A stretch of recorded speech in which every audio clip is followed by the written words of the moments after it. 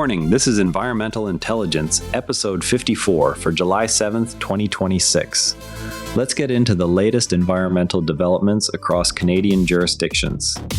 BC advances conservation planning across 127,000 hectares of ecosystems and wilderness areas.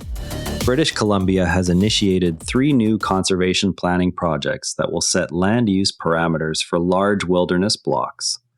Parallel reporting highlights permafrost-driven acidification in Arctic rivers and lakes, with direct implications for northern water quality monitoring programs. A separate opinion analysis questions the environmental trade-offs embedded in a major BC pipeline decision. If you only note one thing today for your compliance calendar, British Columbia's Ministry of Water, Land and Resource Stewardship has launched conservation planning with no fixed effective date yet. Obtain the 3 project terms of reference and map them against current client sites in the affected regions. British Columbia's Ministry of Water, Land and Resource Stewardship announced that work is now underway on 3 conservation planning projects. The planning areas together cover approximately 127,000 hectares of ecosystems and wilderness. No new regulatory thresholds or amended standards were released with the announcement, but the plans will establish management objectives that can constrain future land use and remediation activities. Consultants conducting Phase 1 and Phase 2 ESAs or preparing risk assessments near these blocks should confirm whether proposed investigation or remediation works intersect with the planning boundaries. Next steps include release of detailed planning terms of reference.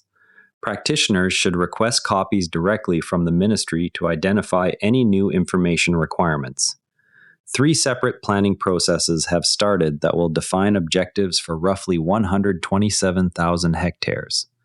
The resulting plans may impose new constraints on industrial activity and site remediation within or adjacent to the planning areas. No comment deadline has been published. BC Hydro is distributing free smart thermostats. The distribution occurs under the Power Smart 2.0 initiative. A Canadian clean tech firm serves as partner in the distribution. The program targets residential energy demand reduction.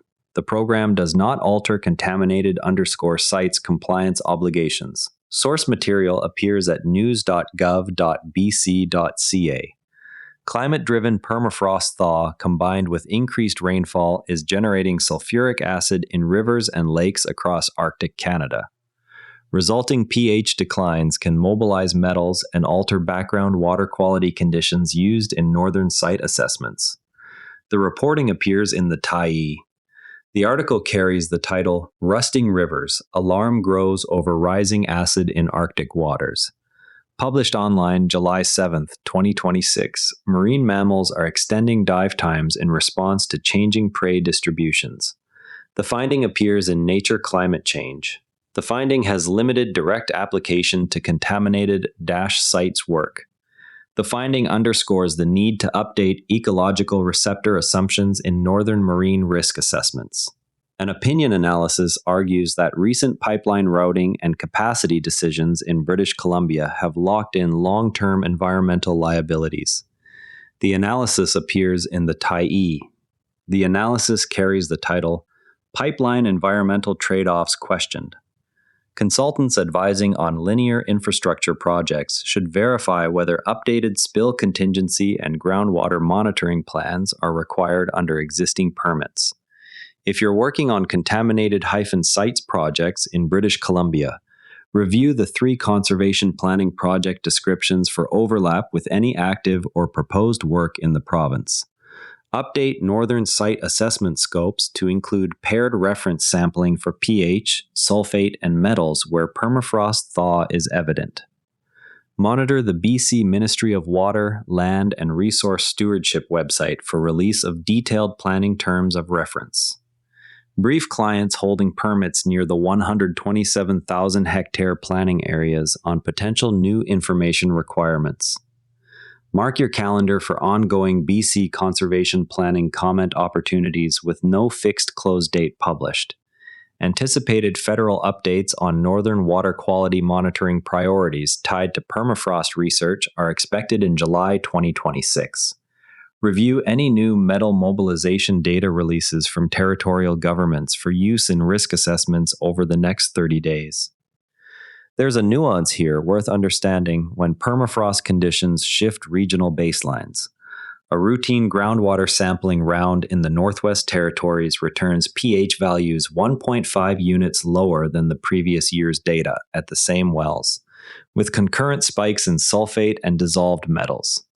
The change is not explained by site activities. Instead, regional permafrost degradation is releasing previously sequestered sulfides that oxidize once exposed to increased infiltration and oxygen. Under the CCME framework and territorial equivalents, background conditions must be re-established before attributing concentrations to the site, yet many Phase 2 scopes still rely on a single pre-thaw baseline dataset. Experienced assessors now collect paired surface water and shallow groundwater samples at reference locations outside the inferred plume to document the shifting regional signature before finalizing the conceptual site model. The most common mistake is assuming that historical background values remain valid. The fix is to schedule an explicit background recharacterization event whenever multi-year monitoring shows consistent directional shifts in pH or major ions. Tomorrow, watch for anticipated federal updates on northern water quality monitoring priorities tied to permafrost research. That's environmental intelligence for today. If this briefing is useful to your practice, share it with a colleague and subscribe wherever you get your podcasts. We'll be back with the next briefing. Have a productive day, and if you'd rather watch than listen, find us on YouTube at NARA Network. Links in the show notes. And before you go, this show is part of the NARA Network, a family of daily podcasts on tech, science, and markets, each one a short, sharp briefing you can finish on the commute. If today earned its place in your feed, here's your next listen. SpaceX Daily, the daily companion for following SpaceX as a public company, from Starship to the stock ticker. Find every show free at naranetwork.com. This episode used AI voice synthesis of my voice. Editorial selection and analysis are my own.